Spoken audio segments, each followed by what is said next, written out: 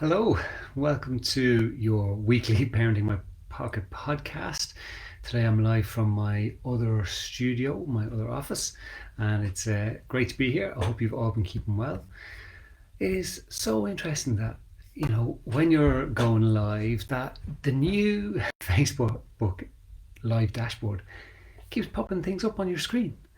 As if you've got time to read about it, because you don't, because you're live on air. So Facebook, if you are watching, maybe you could actually get rid of those little pop-ups that come up when somebody goes live, please. That would be fantastic help. Thank you very much. So we ran our Parenting After Separation and Divorce course last week, and the feedback was excellent. People really enjoyed it, and a lot of people will come into the separation course with, look, I just have to do this for court. But 99.9% of them leave going, actually, I've learned some new things that I can do to kind of build a new life for me and my kids, which is great. What else has been happening? Been working on the anxiety book with Miriam Nordman this week. So we've had a meeting and we're kind of pushing things along. So that's been good, and working with a lot of clients and taking a couple of days off this week. So tomorrow is St. Patrick's Day in Ireland. I should have had my St. Patrick's Day hat. I've nothing. Oh, look, actually, what are the chances? This was not planned. Let's go with the old, what do you call it? Cliched, cultural. There you go. So yeah, St. Patrick's Day tomorrow here in Ireland. So I will not be working. I'll be celebrating with my family. And then on Friday, we have a bank holiday here in Ireland. That is a new bank holiday. So it is for those lovely people who, the HSE workers who worked through the pandemic. Unfortunately, they're probably going to be working on Friday, but that's going to move then to February next year. So that's what's been going on this week. I'm looking forward to a couple of days off. And so we've got two questions today. Maria, look at the Irish tonight. Yeah, hopefully it'd be great if Liverpool can get a win. And yeah, I'd be very happy if it works out. Caitlin, your last shift tomorrow in the hotel. Wow, congratulations. I hope it's going to be a fun last day for you. The thing about it is, if you go in and put your feet up and drink lots of tea, what can they do? They can't sack you because you're leaving anyway, so I wouldn't worry too much about it. So enjoy it as best as you can. Right, our two questions today. First one, my 15-year-old son has been going out with a girl for about 2 years. They seem to get on really well, and we've met her parents a few times and they seem lovely. We were a bit unsure of whether it was a good idea when they first started going out together, as my husband and I felt that they were very young to be so heavily committed. Before they started going out, my son had a few close friends, but that would have been about it. She is a lot more outgoing and has a large group, and one of the main benefits we can see is that our son has now gotten to know them all and has got his own friendships within that group. He also sees his older friends as well, but not quite as much.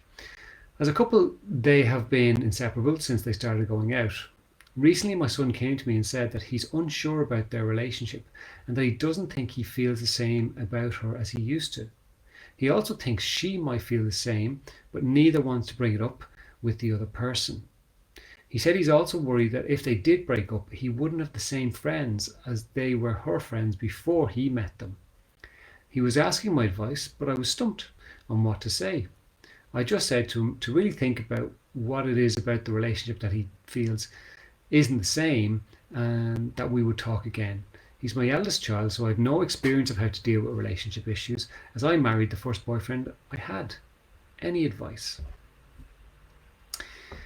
Oh, the old teenage breakups or potential breakups. Relationships are, it's funny, like when we look at other people's relationships, we can think that they're a certain way or we can make assumptions about it, but every relationship goes through ups and downs and every relationship is different. And teenage relationships are a lot more complicated in my experience than they used to be. So a lot of teenagers that I work with would come along and there could be manipulation, there could be aggression in the relationship that maybe wouldn't have been there as much before. Maybe it was, and I just didn't know too much about it. But here we have a mum and a dad who, well, I don't know if the dad had his first relationship and got married, but she certainly had. And that can make us question whether we are equipped to manage the conversation and how to support our kids as best as possible if we haven't had to deal with the relationship breakups. But I'm sure you've had your relationship challenges throughout your relationship, because that's what happens in every single one. So I think one of the first things is, I think you handle it quite well, actually, to start with. The fact that you asked him to go and think about what it is that isn't working in the relationship for him. Now, we will take into account he's 15. We will take into account that he's been with someone for 2 years, and that maybe he's kind of going, there's more to life that I want to experience, that maybe being in a relationship isn't going to work as well for me right now.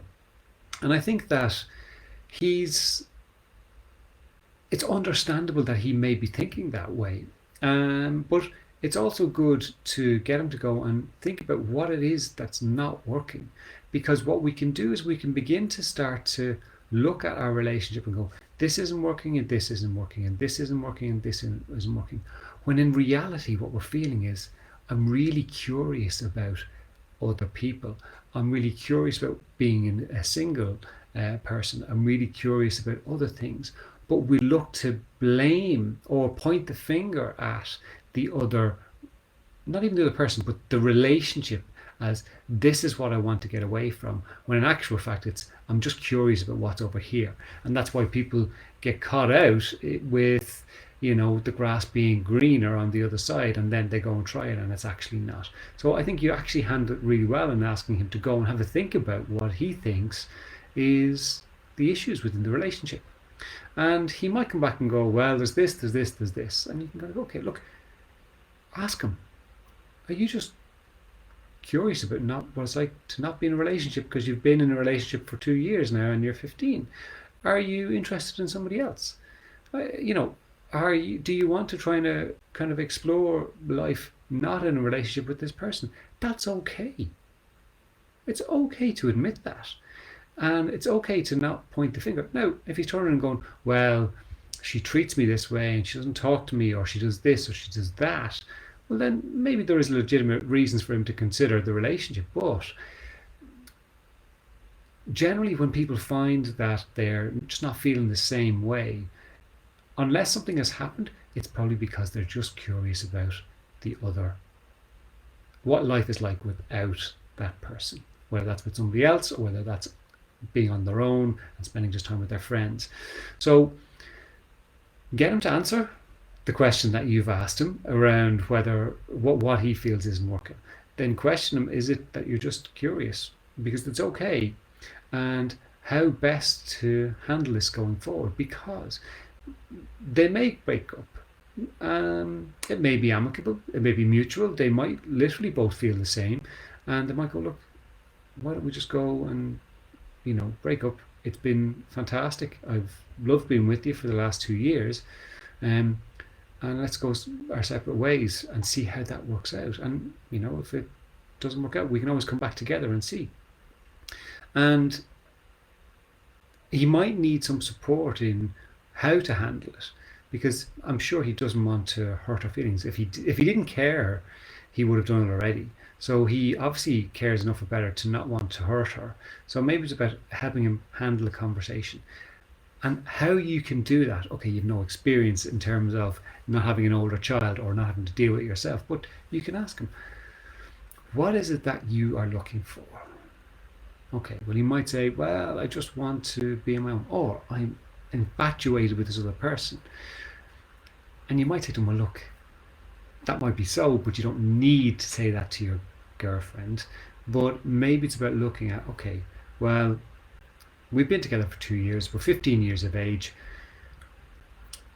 Maybe we just want to see what life is like not in a relationship, and that it's been wonderful, it's been fantastic, all that kind of stuff. But right now, for me, I just don't want to be in a relationship, or a relationship is not right for me right now, and go through that process. Now, it may break his girlfriend's heart, and that's really, really hard. and he may feel really bad, and she might feel hurt, but that's her process to go through. And all you can do is just be there, right? Because you don't have to have all the answers, because what you might give as an answer may actually not be the right answer for him. Or you might go and do it, and it turns out that, well, actually, she went nuts because of what I said.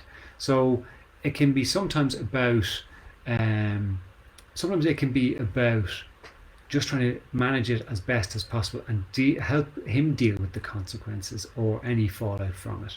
So talk him through it just so that he's clear in his own head that, yes, this is what I want to do. And then, okay, well, how can you do it? Support him to come up with some ways to do it. And then just be there if and when it happens. And give that a go. So, Kathy, a little late. I've been making scones and shortbread, but hello. Hi, Kathy. I would love some of your scones and shortbread because I love scones and shortbread. Reza, hope this is not out of place question. I'm not a parent, but I'm an educator in public schools, and I meet so many students who identify as trans, but do not have supportive parents. How can I best support my adolescents given limitations of interaction? So, Reza, that's absolutely not out of place, and I'm actually about to address the second question here. So what I'll do is I'll hold off on answering your question directly. I'll read the second question and it'll lead into answering your question, if that's okay. So the second question is, our 11-year-old son came to us recently and said that he wanted to be a girl. He's always been interested in the more traditional girls' toys and games, and I always felt that he could be gay. I have to admit, neither of us expected to hear him say that he wanted to be a girl, and especially at 11 years of age. I don't really know what to say or what to do. I have looked up some information, but have found very little in terms of children his age. We love him and want to support him, but I don't know whether to even start the conversation of changing his gender or what to do. Can you help us support him to manage through this period so he feels supported and we are not making mistakes? So, well, the first thing I'm going to say is that you are probably going to make mistakes, because parents make mistakes all the time. You may say the wrong thing. It's okay to apologize if you do. So the first thing I would do is say to him, that's okay. You know, we accept that this is how you feel. And, you know, just because he's 11 doesn't mean that he's not sure and that he's not right in what he's thinking. So I think, look, acceptance is one of the very first things. And as Reza says in the question in the chat, you know, there's a lot of parents who aren't accepting. So, and what I say by accepting, I mean not just in saying we accept you for who you are, but also in your actions. So being supportive, going through a journey together, because you don't have to have all the right answers, but it might be about just sitting down with them and saying, well, let's go and explore and find out more about transgender, find out more about supports for LGBTQI+, find out information together, because I don't know. And one of the biggest things for any parent is to be able to kind of go, I'm not sure, but I'll walk you through and help you to find out the information and support you through this process. And that's how you actually show your child that you support them. Now, I don't know 100%, but I would assume that at 11 years of age, you can't go through a gender reassignment. So that's not going to be the case right now, but that doesn't mean that you can't start to work towards the steps. So one of the very first places I would go to look with is the Belong To website. So let me just grab the address. It's www.belongto.org. I'll pop it into the chat. And Belong To is a fantastic resource for people who identify as LGBTQI+, but also for parents, and Reza, also for educators, for people who are working with people who are identifying as as different genders, or in different ways. So what I'd say to both of you is check out that website. There's a section for parents and carers. There's also a section for professionals. So both this parent and Reza, you should find some supports there. And I've had interactions with Belong To over the years, for the past 20 odd years, and they are fantastic at getting back to you. And they can also go, and if they're not sure, they will go and get the information and come back to you. So start that dialogue and just kind of talk to your son about, okay, well, this is how you feel, so talk to us about it. Talk to us about what is going on for you. Talk to us about how you feel. Talk to us about what life is like for you, so that we can get a better understanding what we may be able to do to help you to start to build a life that is going to be supportive for you, but also that you feel okay about yourself and the world around you. And in some ways, like, taking the whole trans side out of this conversation for a second, like, the skills that you're going to hopefully show your child and give your child growing are going to be how to respect themselves, how to respect other people, how to take care of themselves and know that they have worth and value no matter what. Well, it doesn't matter what the subject is. If you can teach those core skills to your children as best as possible, and that's what they learn from life with you as a parent, well, then they are going to be in a better position to be able to tackle whatever comes up for them. So I may be a 13-year-old and I want to wear girls' clothes and I want to wear makeup. I am probably going to meet challenges if I'm going to wear it outside, okay? But I could also meet challenges as a relatively standard dressed, normal teenage boy, and I don't use the word normal as in others are abnormal, but just in the typical, I'm going to meet my challenges in how to interact with the world around me, and while I won't face the same challenges, and they may not be as severe either, I'm still going to face my challenges for whatever reason, because that's life. So if you can teach those core skills of respect for yourself, respect for other people, that you have worth and value, and that you have a purpose on this earth, and we're going to support you to try and find that, well, that's going to be really beneficial. So start the conversation together. Definitely check out belongto.org. They'll give you lots of nice starter points, and explore together so that you can work together. Now, Reza, in relation to your question, it's a bit harder for you because you're an educator and your role is as an educator, but we all know that an educator is so much more than just a teacher of information, and that we care so much more about children and the young people that we work with, and we want them to be as okay as possible. So, as I say, Belong To is a great resource. They have information there for people who are working with children, and maybe you can look at doing some sort of courses. And then sometimes it might be like you can't take on to change their parents, but what you can do is you can sit down with them, and if there is the space for you to have that one-to-one conversation with them around, okay, how can you talk to your parents about this?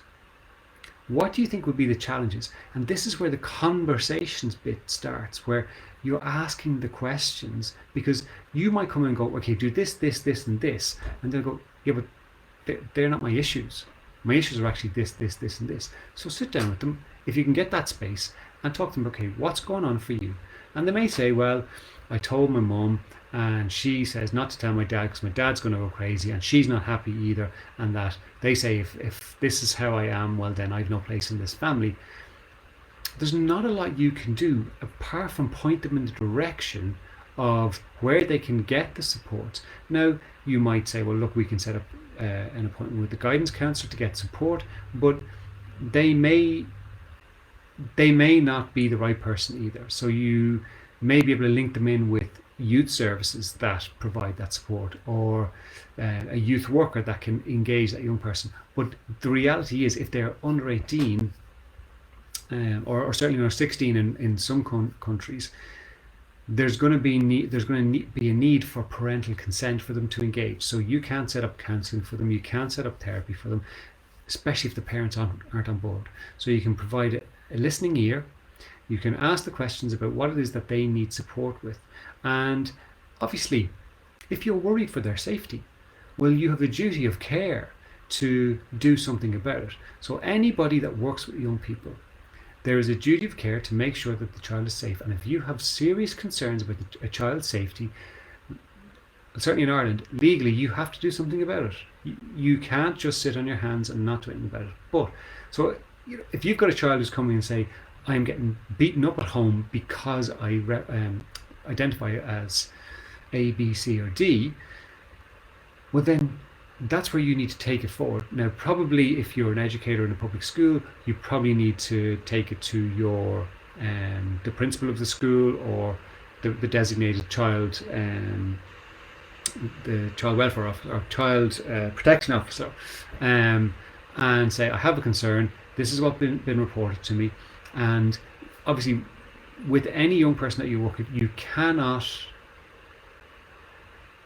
guarantee them complete confidentiality, because you may need to go and take things further for their safety. And you may get a child who says, I don't want you to do this, but you have to keep the child safe. Now, I'm talking about, that's the extreme piece, right? And hopefully you don't have to deal with that.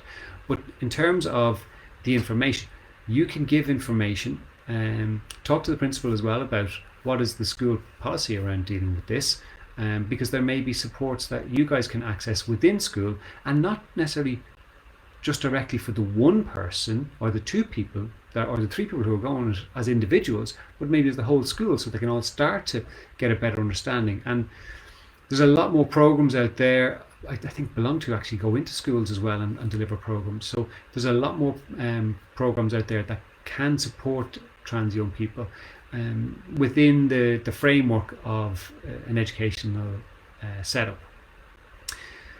And sometimes just being there for them and knowing that you might be the adult that is the one that provides a bit of an anchor for them if they don't have that at home. And that can be what you can do. But check out the information.